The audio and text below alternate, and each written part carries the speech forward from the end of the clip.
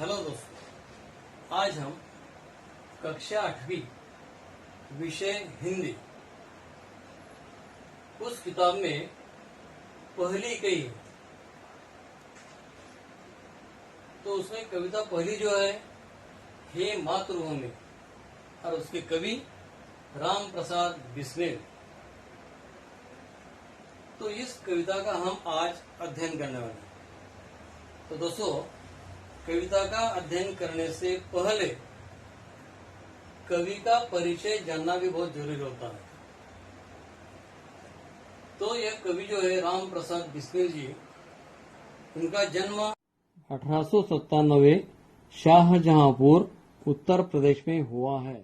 जी का मृत्यु 1927 गोरखपुर उत्तर प्रदेश में हुआ है। बिस्मिल जी भारत के महान स्वतंत्रता सेनानी थे। इतना ही नहीं कि वह उच्च कोटि के महान कवि, अनुवादक, बहुभाषी और साहित्यकार भी थे। उन्होंने देश की आजादी के लिए अपने प्राणों की आहुति दे दी। प्रस्तुत कृतियां हैं उनकी मन की लह। तो यह जानने के बाद हम इस कविता का पहले गायन करेंगे और मुझे आशा है कि आपके पास भी किताब होगी। आप भी मेरे साथ गाना है, कविता का गायन करना है। तो गाओ। हे मातृभूमि तेरे चरणों में शीश नवाऊं, मैं भक्ति भेंट अपनी तेरी शरण में लाऊं। हे मातृभूमि तेरे चरणों में शीश नवाऊं, मैं भक्ति भेंट अपनी तेरी शरण में लाऊं। माथे पे तू हो चंदन, छाती पे तू हो माला, जीवा पे गीत हो मेरा, तेरा ही नाम गाऊं। हे मातृभूमि तेरे चरणों में शीश नवाऊं, मैं भक्ति भेंट अपनी तेरी शरण में लाऊं। जिसके सपूत उपजे श्री राम कृष्ण जैसे, उस धूल को मैं तेरी निज शीश चढ़ाऊं। हे मातृभूमि तेरे चरणों में शीश नवाऊं, मैं भक्ति भेंट अपनी तेरी शरण में लाऊं। माही समुद्र जिसकी पदरज पुनीत धोकर, करता प्रणाम तुमको मैं वे चरण दबाऊं। हे मातृभूमि तेरे चरणों में शीश नवाऊं, मैं भक्ति भेंट अपनी तेरी शरण में लाऊं। सेवा में तेरी माता मैं भेदभाव तज कर, वह पुण्य नाम तेरा प्रतिदिन सुनो सुनाऊं। हे मातृभूमि तेरे चरणों में शीश नवाऊं, मैं भक्ति भेंट अपनी तेरी शरण लाऊं। तेरे ही काम आऊं, तेरा ही मंत्र गाऊं, मन और देह तुम पर बलिदान मैं जाऊं। हे मातृभूमि तेरे चरणों में शीश नवाऊं, मैं भक्ति भेंट अपनी तेरी शरण में लाऊं, तेरी शरण में लाऊं। तो दोस्तों, कवि ने हे मातृभूमि के बारे में, अपने जन्मभूमि के बारे में अपनी भावनाएं व्यक्त की हैं। अपना देश प्रेम, भक्ति भाव, श्रद्धा देश के प्रति, उत्तरदायित्व, भारतीय नाते होने के नाते कारण उन्होंने इस कविता को जो अपने भाव व्यक्त किए हैं, वह भाव मैं आपको इस कविता के माध्यम से सुनाना चाहता हूँ। तो इस कविता को अध्ययन करते समय कवि ने मातृभूमि और अपनी माँ की, एक माँ जन्म देती है, हमें बड़ा करती है, और अंतिम समय में जब हमारा अंतिम समय आता है तब उसमें हम विलीन होते हैं। तो वह है दूसरी धरती माँ कि एक माँ हमें पालती है तो दूसरी माँ में हम विलीन हो जाते हैं। और धरती माँ भी हमारे सारी आवश्यकताओं को पूरी करती है। इसलिए जैसे माँ के चरणों का हम शीश झुकाकर नमन करते हैं, उसी प्रकार कवि ने भी बार बार इस मातृभूमि का वंदन किया है, चरण स्पर्श किया है, नमन किया है। तो दोस्तों, माँ का ऋण जैसे अपने जिंदगी में कभी नहीं हम उसको चुका सकते हैं, उसी प्रकार इस भूमि का भी ऋण हम पर है। तो इस ऋण के खातिर कवि ने अपने भक्तिभाव, देश प्रेम, अपने आस्था, प्रेम इस कविता में व्यक्त किया है, जो आज हम देखते हैं। देखो, हे मातृभूमि तेरे चरणों में शीश नवाऊं, मैं भक्ति भेंट अपनी तेरी शरण में लाऊं। कि हे मातृभूमि, हे जन्मभूमि, कि मैं तेरे चरणों में मेरा शीश नमाता हूँ, तुझे प्रणाम करता हूँ, और मेरी भक्ति भेंट जो है वो तेरी शरण में मैं लाना चाहता हूँ। माथे पे हो तू चंदन, छाती पे तू हो माला।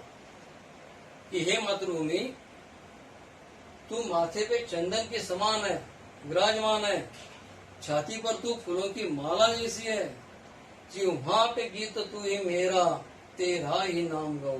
कि अंतिम समय तक मेरी जिह्वा पर तेरा ही मातृभूमि का नाम आना चाहिए, ऐसी लालसा है, ऐसी अभिलाषा कवि ने व्यक्त की है। जिसमें सपूत उपजे श्री राम कृष्ण जैसे। कि यह परम भूमि अपनी पवित्र भूमि है, जिसमें अनेक देवताओं ने जन्म लिया है। यहाँ तक कि श्री राम और श्री कृष्ण उन्होंने जन्म लिया है। उस धूल की मैं ही तेरे नीच शीश में चढ़ाऊं। कि यह जो धूल है, पवित्र धूल है, मैं अपने शीश पर, मस्तक पर मैं चढ़ाना चाहता हूँ। तो दोस्तों, सपूत मतलब सुपुत्र, अच्छे पुत्र, अच्छी संतान पैदा होना, जो राम कृष्ण जैसे होनार हो, ऐसे पुत्रों ने अपने भारत देश में, मातृभूमि में जन्म लिया है। माई समुद्र जिसकी पत रज को नित्य धोकर। ये जो समुद्र है, ये धरती माँ, ये समुद्र तेरे पांव धोकर तुझे प्रणाम करता है, तो मैं भी तुझे प्रणाम करना चाहता हूँ। कि इंजी यानी कि हमेशा ये मेरे लिए कि यह मेरा वंदन आप स्वीकार करें, करता प्रणाम तुझको मैं चरण दबाऊं। कि मैं, हे धरती माँ, तेरे चरण दबाकर एक सेवा का भाव मैं लेना चाहता हूँ। कि इस प्रकार बेटों पर एक माँ अपना वात्सल्य दिखाती है, उसी प्रकार हे माँ, तू भी मेरे लिए धरती माँ है, और मैं तेरे चरण दबाऊं, यानी कि तेरी सेवा करो, भक्ति भाव से, तन मन से तेरी सेवा करो। सेवा में तेरी माता, कि तेरी ही सेवा में मैं भेदभाव तजकर, कि तेरी सेवा में पूरी जिंदगी भर करता रहूं, और जो भेदभाव है तो वह तजकर, दोस्तों तजकर का मतलब त्याग कर, कि उसे दूर हटाकर, उसे मिटाकर मैं सीधे और साधे मन से मैं तेरी सेवा करूं। वह पुण्य नाम तेरा प्रतिदिन सुनो सुनाओ। कि धरती माँ, ये भूमि, तेरा जो पुण्य नाम है, मैं प्रतिदिन डेली, हर रोज, कि मैं तेरा नाम सुनूं और दूसरों को भी मेरी जुबान से सुनाऊं। इस प्रकार का कवि ने एक अपनी अभिलाषाएं व्यक्त की है कि तेरे ही काम आऊं, कि मैं पूरे जिंदगी में, पूरे हयात में तेरा ही काम करता रहूं, तेरे ही काम में मैं मेरा बलिदान करना चाहता हूँ, त्यागना चाहता हूँ, यहाँ तक कि मेरी पूरी सारी जिंदगी मैं तुझे समर्पित करना चाहता हूँ, आहुति देना चाहता हूँ। कि कवि ने भी देशभक्ति के लिए दोस्तों आहुति दे दी है। तेरी काम आऊं, तेरा ही मंत्र गाऊं, मन और देह तुझ पर बलिदान मैं जाऊं। कि मेरे मन और शरीर, देह, मन का मतलब अपना मन, आंतरिक मन, और देह शरीर से मैं तुझ पर निशार हो जाऊं, बलिदान कर दूं। इस प्रकार की लालसाएं, इस प्रकार की इच्छाएं कवि ने इसमें व्यक्त की है कि वह आजीवन जितक जिंदगी है तो अपने अंतिम सांस तक ये मातृभूमि की सेवा कवि करना चाहता है। कि देशभक्ति पर मर मिटने की तमन्ना, लालसाएं, अभिलाषाएं इस कविता में कवि ने व्यक्त की है। और यहाँ तक कि पूरे देश में, यहाँ तक कि जो अपने भारतीय नागरिक हैं, उन्होंने भी ये सीख लेनी चाहिए। हमें भी एक आदर्श मिलता है दोस्तों कवि के माध्यम से कि अपना कर्म है, फर्ज है कि देश सेवा के काम आ सकूं। कि जिस प्रकार कवि ने अपने देश सेवा के खातिर, मातृभूमि के खातिर अपने प्राणों की आहुति दे दी है, बलिदान किया है कि वह स्वतंत्र सेनानी थे, तो इस प्रकार हमारी भी अभिलाषा है, हमारी भी इच्छा होनी चाहिए कि इस मातृभूमि के खातिर हम भी मर मिटने की इच्छा रखनी चाहिए। यहाँ तक कि हमारे तिरंगे की आन बान शान की हमने उसको अच्छी तरह से हिफाजत करनी चाहिए। इस प्रकार की सारी इच्छाएं दोस्तों कवि ने इस कविता के माध्यम से यहाँ व्यक्त की है।